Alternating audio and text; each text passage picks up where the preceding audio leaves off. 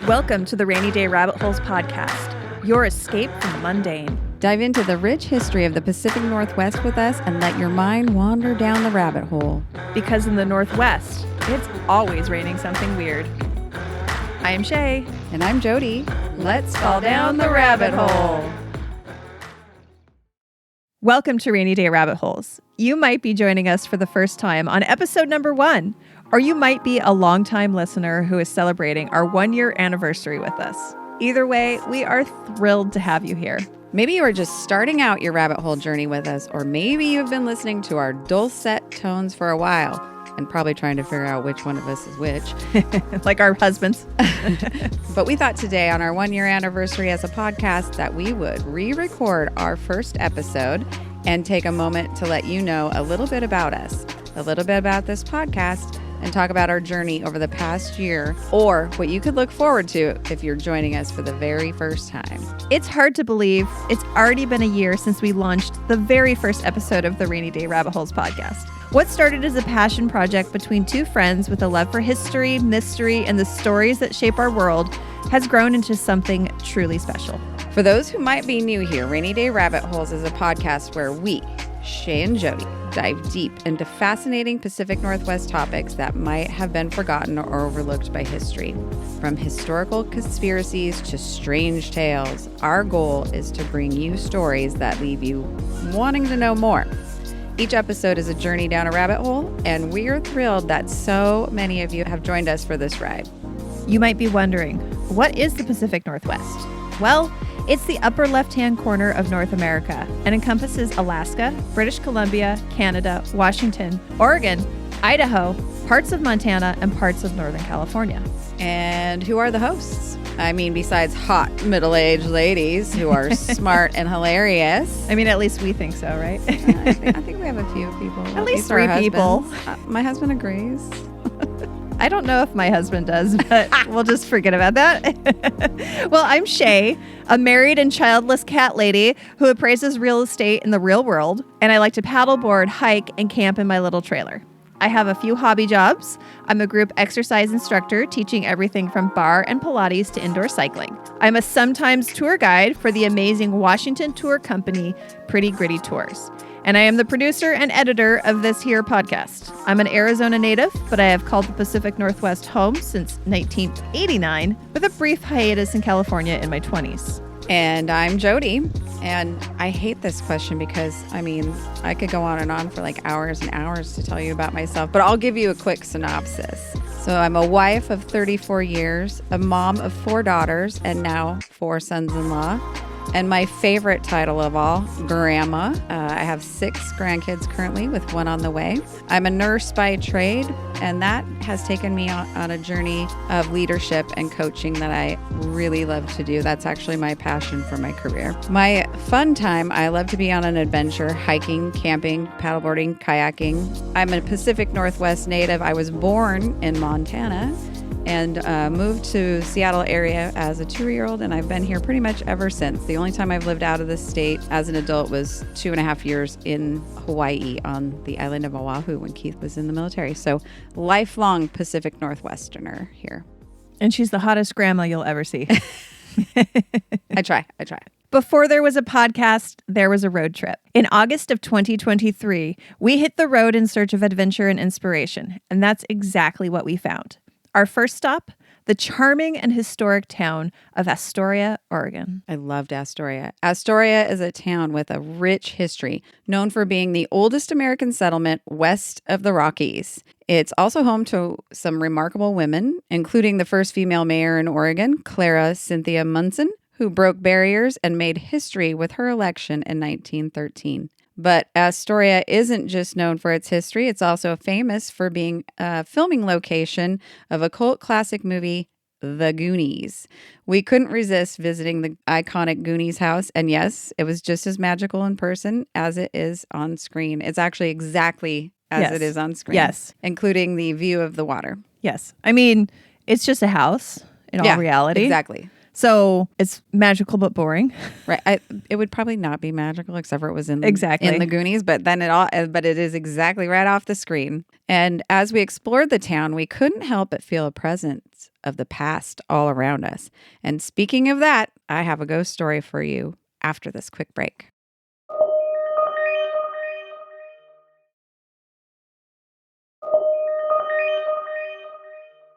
Welcome back. If you want to listen to our shows ad-free, consider joining our Patreon, where you can get ad-free episodes a day early, plus a bonus episode, and so much more. Head to rainydayrabbitholes.com to learn more. Also, if you are listening to this episode on Radio Tacoma, you can find all of our episodes at our website, rainydayrabbitholes.com.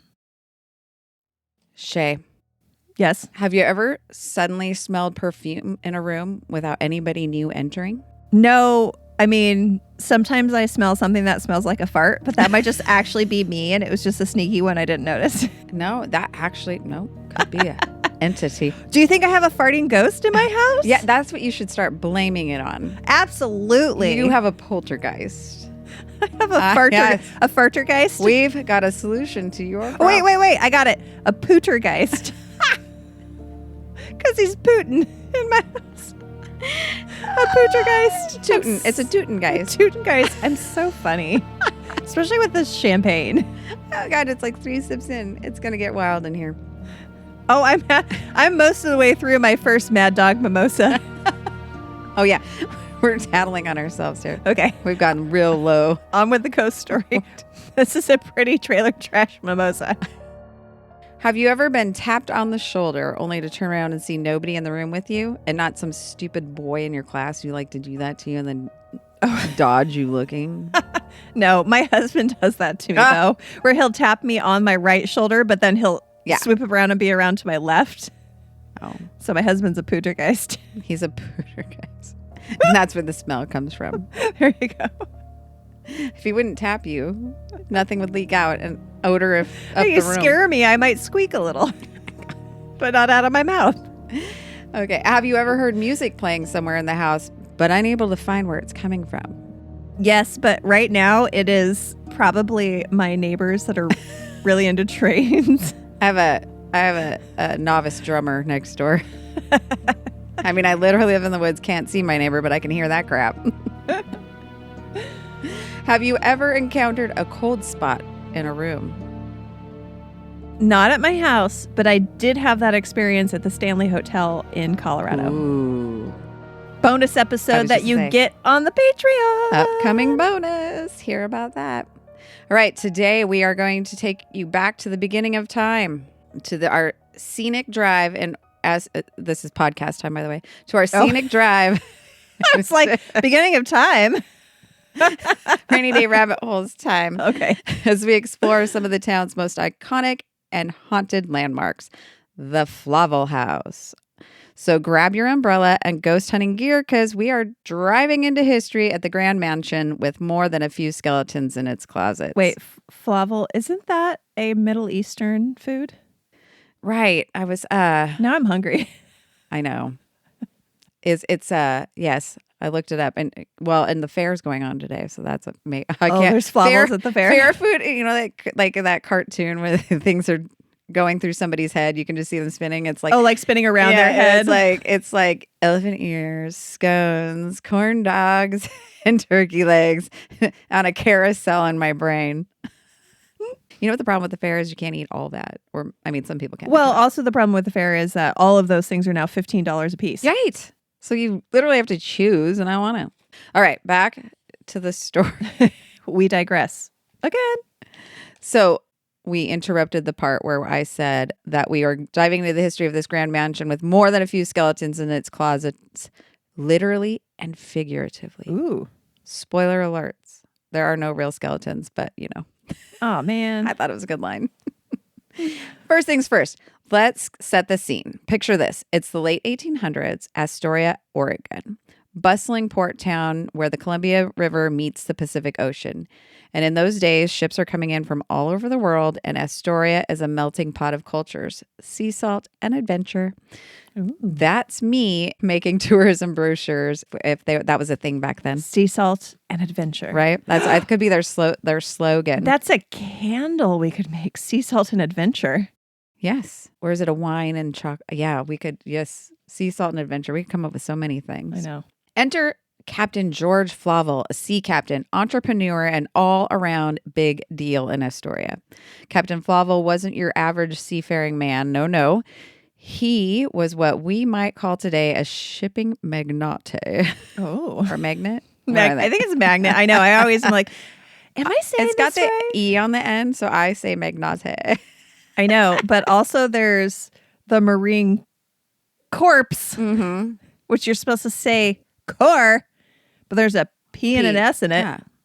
Lame. English sucks. English does, especially American English. I don't know. It's very made up.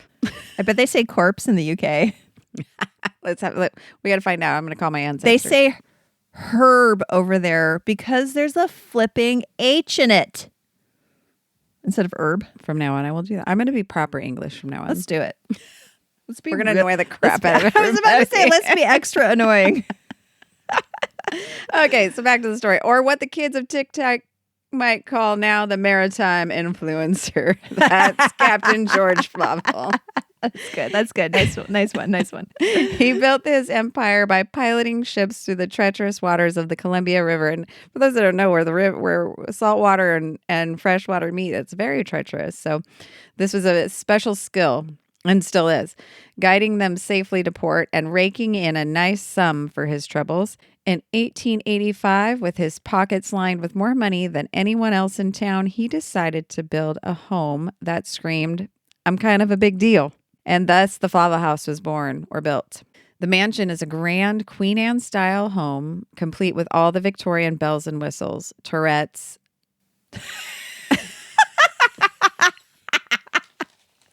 Well, I think the ghosts actually have Tourette's syndrome.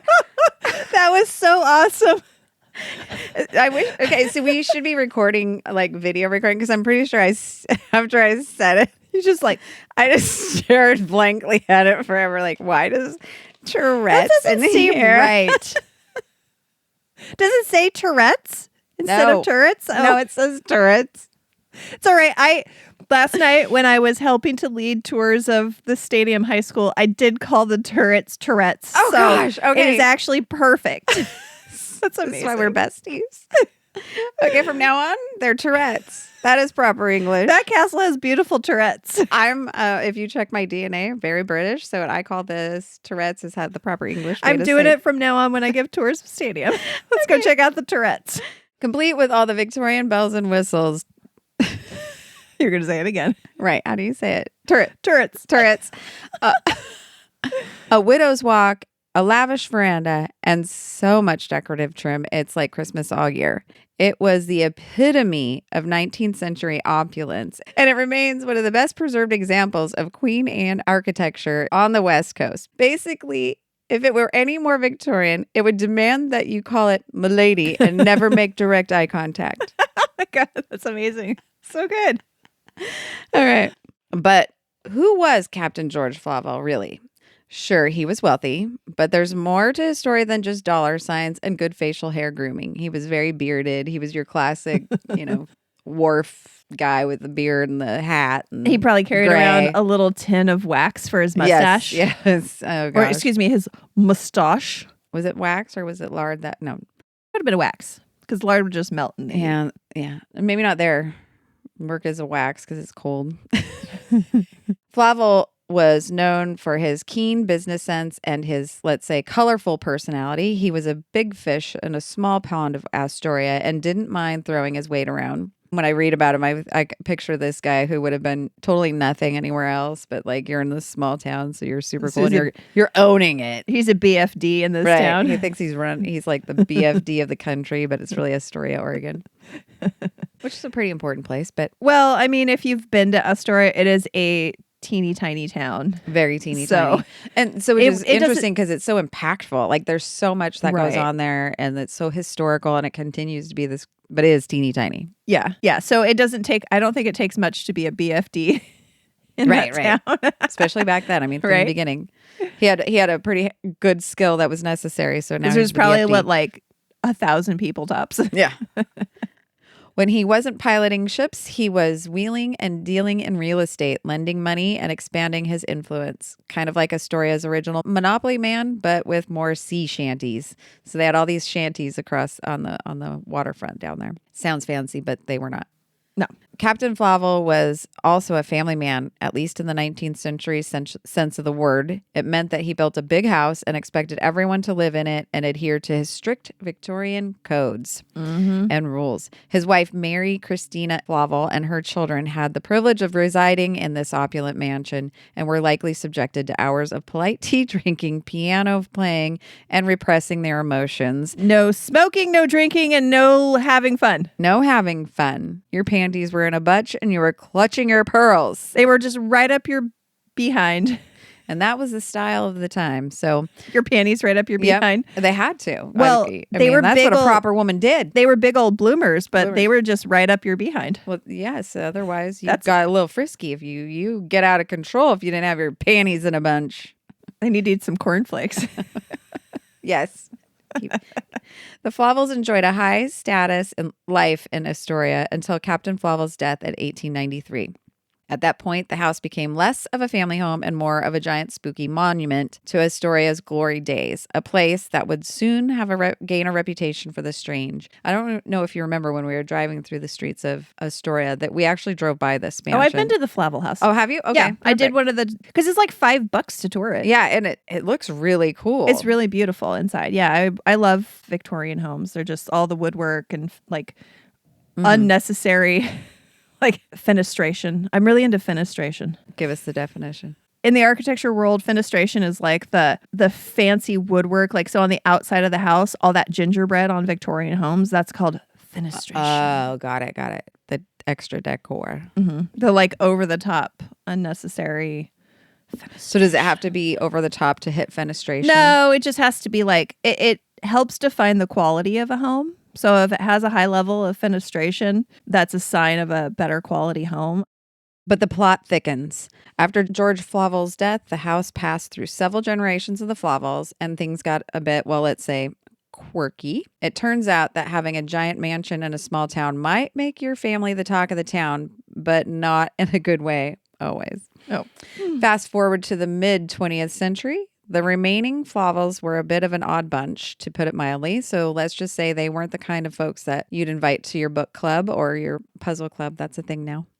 Unless sit around and do puzzles together? Yes. Do you work on the same puzzle? Yeah, work on the same puzzle. Wow, that sounds And then they like get up and rotate seats, and all this stuff. Yeah. Okay. It's a new thing. You want to join me? I'll start one. I mean, We are middle-aged. very relaxing. Old ladies. I don't have time for that stuff. I started a puzzle the other day. It was pretty hard. And then my sister's dog came over and ate some pieces. And that was my excuse to say, oh, now I can't finish it. Let's just say they weren't the kind of folks that you'd invite to your book club unless the book club was reading How to Make Everyone Uncomfortable at Your Family Reunion.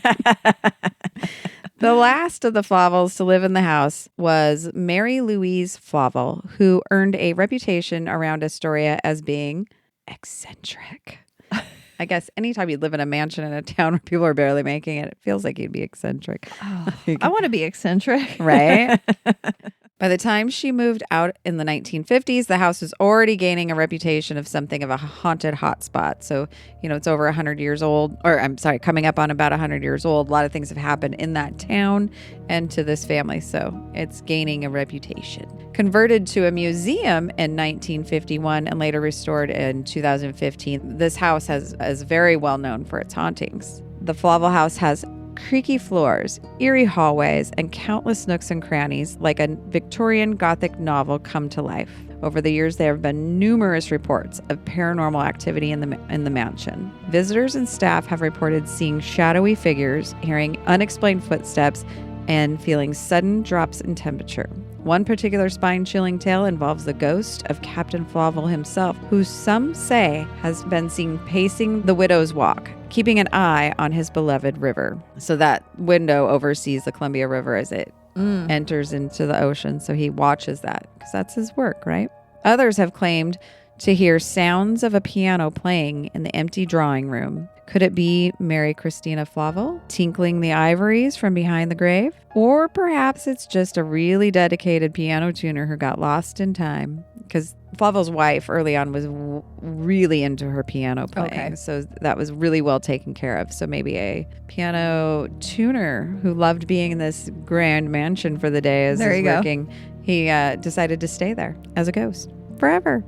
Either way, it makes for a great story and keeps the ghost tour groups coming back year after year. Some say the hauntings are due to the restless spirits of the Flavel family, while others believe it could be linked to the house's proximity to the Columbia River, a body of water known for its treacherous currents and numerous shipwrecks. If you happen to have heard our story a year ago, as we talked about Astoria and Clara Munson, we talked about like her dad had actually been in a shipwreck out there and involved in saving people and was haunted by it. So it's not uncommon for these tragedies to occur right there where, again, it's treacherous sea right there. So lots of numerous shipwrecks could have led to the hauntings, people staying in that town.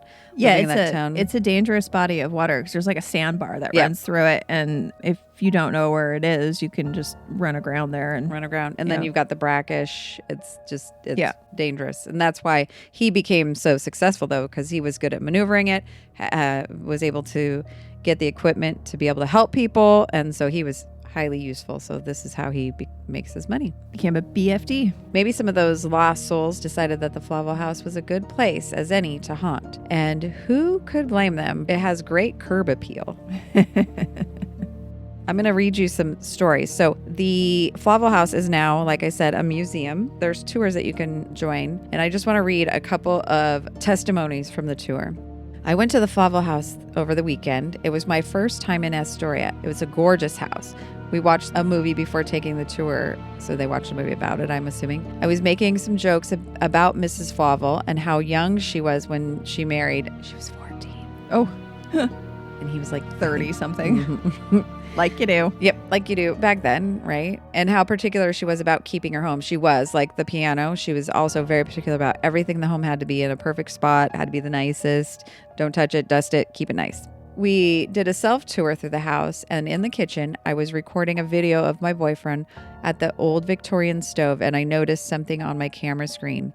It was like a blurry spot on the film that wasn't there when I looked at it at him, not through the phone. So when looking in real life, it wasn't there. I thought it might be something on my camera lens, so I wiped it, and it was still there. I thought that was weird, and then a few minutes later, I bent down, and my necklace broke and fell off onto the floor. I have never had any issues with this necklace before, but it broke as if someone had pulled it and the pendant and threw it on the ground. It was a very bizarre experience, and I apologize to Mrs. Flavel for the trash talking in her home. Mrs. Flavel got mad, ripped her necklace off, and threw it on the ground. Screw you, lady. Lots of testimony on the website about actual feelings or hearing things, feeling the coldness, smelling the perfume or flowers. I'm wondering if she didn't wear floral perfume because it goes back and forth between describing it as suddenly the room smells like flowers, which she liked to keep them, fresh flowers in her house all the time. And then also some people refer to it as perfume. So I'm guessing floral perfume if it's that. Anyway, that's the Flavel house. It's very cool.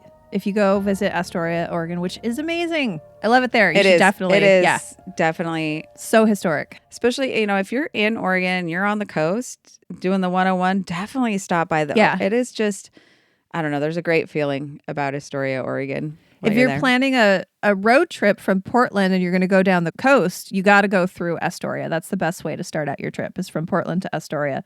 And then you can head down the coast. Speaking of Portland to Astoria, another rabbit hole I kind of started on but decided to not because it's big is the Shanghai tunnels in Astoria all the way to Portland. Like they were Shanghai-ing people back and forth. So well, we just need to go to Portland and go to the Shanghai tours. That would be really fun, especially now that I'm a tour guide. I can be like, those are haunted too. I'm a tour guide. Very haunted. Yes, that's what I hear too. Back to our tale. Before we get into the rest of our road trip, let's take a little break.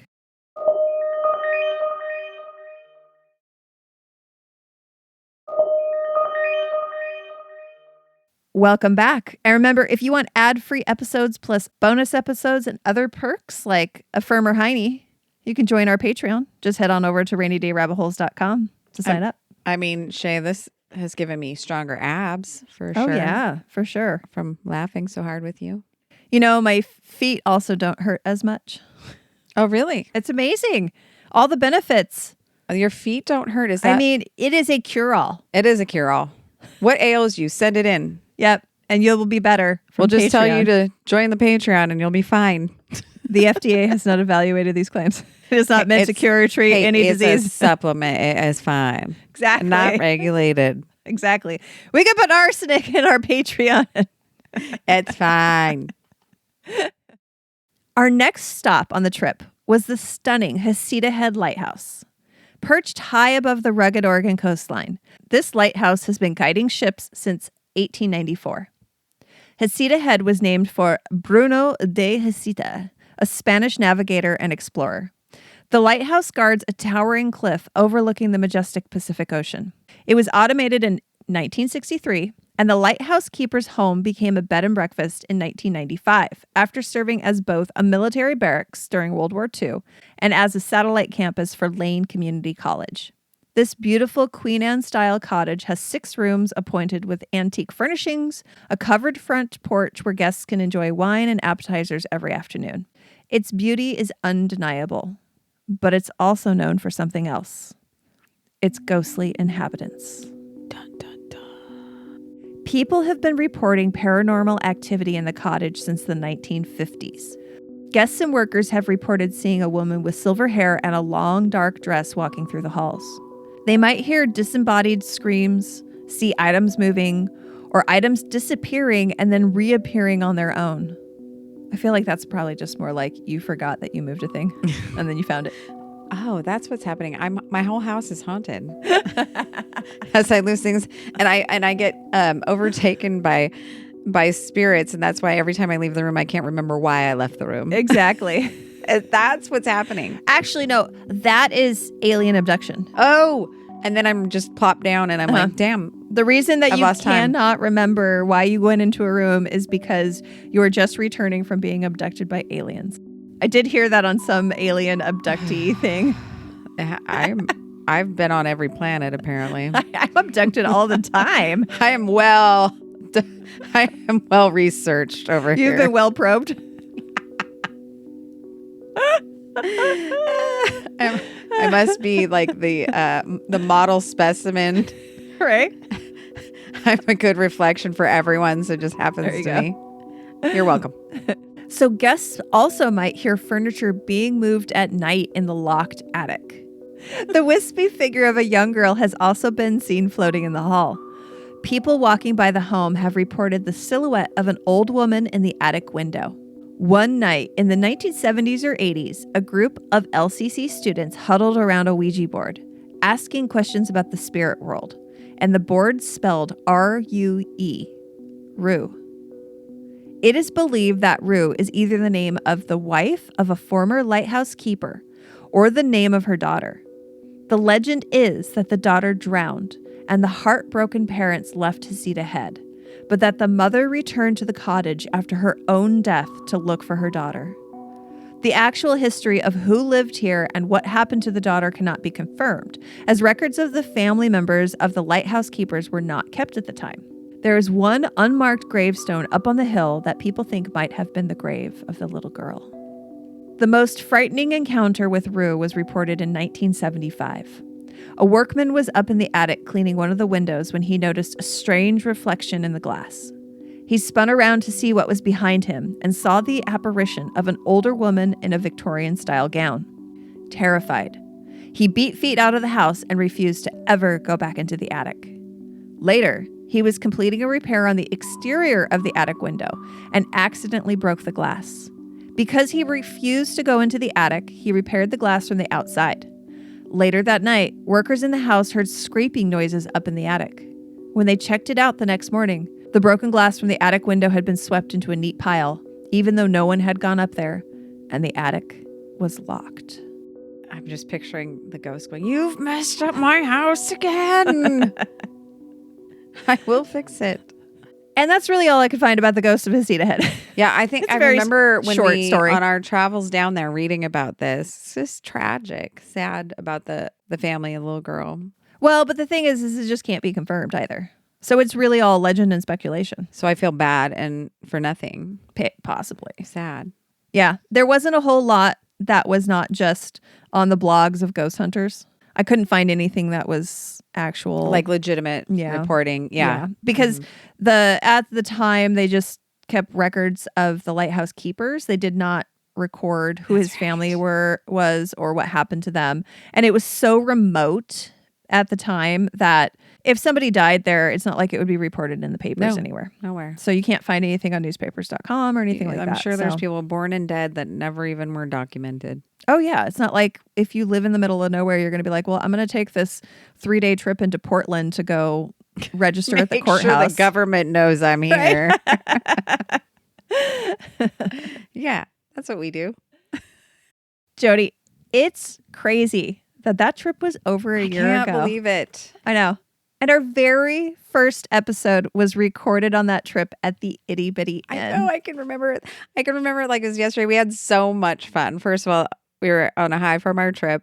And then we were at this great inn. And we just randomly decided to go there. Because we were like, we need to find... We threw caution to the wind, which was a big step for me of... We're going to drive from Seattle to San Francisco over the course of 3 or 4 days, and we are not going to make a single hotel reservation, which for me was a big like, okay, take a deep breath. It's going to be okay. You're not going to have to sleep in the car on the side of the road. It'll be fine. And it was for the most part. It was. And in fact, I think our dumpster fire would have been even worse had we made those reservations, right? Because we wouldn't have made it to our spot. Exactly. It was getting late and we were like, we need to find a place to sleep. And I was driving because I was insisting on driving because it was Jody's sister-in-law's fun little Audi Quattro wagon. And I was having a blast. We kept saying Quattro. The stainless steel siren. Yes, that's right. And so Jody looks up this and she's like, well, there's this little roadside inn that looks really cute called the Itty Bitty Inn. And she's like, it's got themed rooms. I was like, well, let's just stop there and see and talk to him. And the innkeeper comes out, Rick. Mama Chicken. Nicest guy, offers us a beer, lets us look at the room. He carried our bags in. But first, what did he do first? Offered us beer. Yeah. Said, here, have a seat. Wouldn't even take our, we didn't pay for the room first. No, he gave us beers and sat us on the little patio. Brought our bags into our room, then discussed payment. Yeah. We knew that we knew the dollar amount. He didn't sucker us into $1,000. But we had agreed on the price, but then he didn't care about us paying our bill, just cared about us getting comfortable, making ourselves at home, and we'll deal with the details later. And he's all, so if you need anything, just ring the doorbell and hold on, I got to go grind your coffee. Right. To bring over for tomorrow morning. Such a great host. He actually is just like, you meet him and 5 minutes later you're like, oh yeah, I've known you my whole life. Exactly. And we're good friends and I'm comfortable. Yeah, it was a really fun stay. And then we went back about 4 months later. Yeah, with our husbands. Yeah, went back with our husbands. Yeah, we had a great time. Definitely, if you're heading down the Oregon coast, stay at the Itty Bitty Inn. If it's summertime, make sure you make your reservations early because it's only got 5 rooms. And if you want the Enterprise room, start making your reservations now. That one gets booked up and reserved. Yes, it's amazing. It's the most popular room. But all the rooms are themed. They're all cute. The whole motel is painted with custom murals. Mm-hmm. And everything is very clean and very well kept. It's so cute. There's even charging stations for electric vehicles. Right. It's such a, is that a paradox? You've got this little old motor inn. I mean, it is clean, updated in the sense it's well taken care of. I mean, but it is a 1950s motor inn with some new decor and charging stations for your electric car outside. Yep. Well, he is also, wasn't it Captain Electron? Something like that, Rick, yeah, the innkeeper Rick has an alter ego, which is somebody who is a superhero for alternative energy sources. Yeah, we had Rick on an episode early on in podcasting. So if you want to go back and search in time, he's guested with us before. So and he can talk a little bit about his Captain Electron, I think it is. He's one of those guys that goes, okay, I want to do that. And then he does it. And he goes, now I want to do that. And then he does it. And then he's like, I want to do that. And I'm like, I want to be that person. Ridiculously I have 100 million things I want to do. Yeah. Yeah. Super smart in many areas. And then just a fun guy. Yeah. Super sweet. Mama chicken is what Mama he said. chicken. Well, the last year has been incredible for this podcast. We have explored so many fascinating rabbit holes and have had so many wonderful guests. We have interviewed some noted historians like... Historians? We've interviewed some of the most amazing historians like... I'm calling Michael I don't know why Sullivan. You're I'm so funny today when I'm doing historian. nothing. Like I'm not doing anything and I'm so funny. I'm gonna get the next complaint. I'm laughing at yourself. Laughing at nothing. Just laughing at your own jokes. Only these aren't even jokes. I'm just me. I'm a joke. Okay, back to the end. We have interviewed noted historians like Michael Sullivan, hung out with authors like Brad Holden, and have been told amazing stories by incredible people like Chris Staudinger of Pretty Gritty Tours. I said that right. I don't remember. Staudinger. I feel like it's right. Or was it Staudinger? Chris. Okay. Sorry, Chris. We need you to come back on. Staudinger? This is I think it was Staudinger. This is classic stalker technique. I can't say your name right. Can you please come on? Can we get more attention for Chris? So go back and listen to all of our episodes and you'll know why this is an inside joke. Be in on our inside joke about how we stalk Chris from Pretty Gritty Tours. He must have lifted the restraining order because I work for him now. Right. And now he's just like, what he's doing is he's containing you and keeping... Exactly. He's like, I got to keep an eye on you. I need to know where you are at all times so that I know that you're not outside of my house. So start at the beginning and roll your way up to current because you will hear us talk about how we stalk Chris from Pretty Gritty Tours. It's just we mention him in every single episode of the the podcast extent for the last 20 episodes. That Shea now works for... I stalked him into a job. Which she's fabulous at, by the way. Please watch her. Come do one of her tours. It's truth. It's true. I went there to make fun of her. The whole goal was to be on her first tour and ask her really hard questions and silly stuff and, basically make a fool of Shea because I'm a good friend. And I couldn't. She was just doing so great. I just was like jaw on the floor watching like, this is amazing. I was all in. It's what I was meant to do. She derailed my assholeness. Beep. You can't just say beep after the word. No, that's for you. It's a placeholder. God. I have to just cut all that. It's too hard. You bad trained me. Some of our most memorable episodes include our episode about the Oregon land frauds with special guest Allison Gill of the Daily Beans podcast, our deep dive into the creepy worlds of serial killer Linda Hazzard and the mortuary magnet E.R. Butterworth, and our explorations into the origin of UFO phenomenon with the Men in Black sightings and the coining of the term flying saucers. Oh, that was fun to listen to. That just took me on our amazing first year. And looking into the future, I'm so excited to continue exploring these stories that captivate us, and they captivate us. That list that you just gave was it's broad, right? They're not all down the same avenue, the same rabbit hole. We've been doing some exciting things. So expect more deep dives into mysterious events, forgotten histories, and strange phenomena of the Pacific Northwest. Plus, we're planning some exciting collaborations with other podcasts and creators. That's another absolutely unexpected bonus portion of doing this gig, is all the wonderful people that we've met, other podcasters especially. And of course, we'll continue to bring you the same storytelling and humor that you've come to love. And we will continue to laugh at our own jokes. Yes, always. Can't stop us. As we celebrate 1 year of Rainy Day Rabbit Holes, we're filled with gratitude for all of you who have listened, supported, and shared our podcast. This journey has been incredible, and we can't wait to see where the next year takes us. Here's to many more rabbit holes, road trips, and spooky stories. Cheers. Let's clink. Oh my God. Hold on. Oh, reach. Oh, clinky. Did you hear the clink? Yes. If you are new to the show, please subscribe so you never miss an episode. And stick with us through this journey. As all new podcasts, we started off a little rough, but got better every episode. And if you like what you hear, maybe give us a 5-star review. It makes us feel all warm and fuzzy inside. And if you want to hear what the very first episode originally sounded like, because we're taking it down, plus more details about Rainy Day Rabbit Holes road trip, join our Patreon. That's where you'll get to hear that original episode again. I mean, we're putting this in the vault. Yep. You got to pay to play.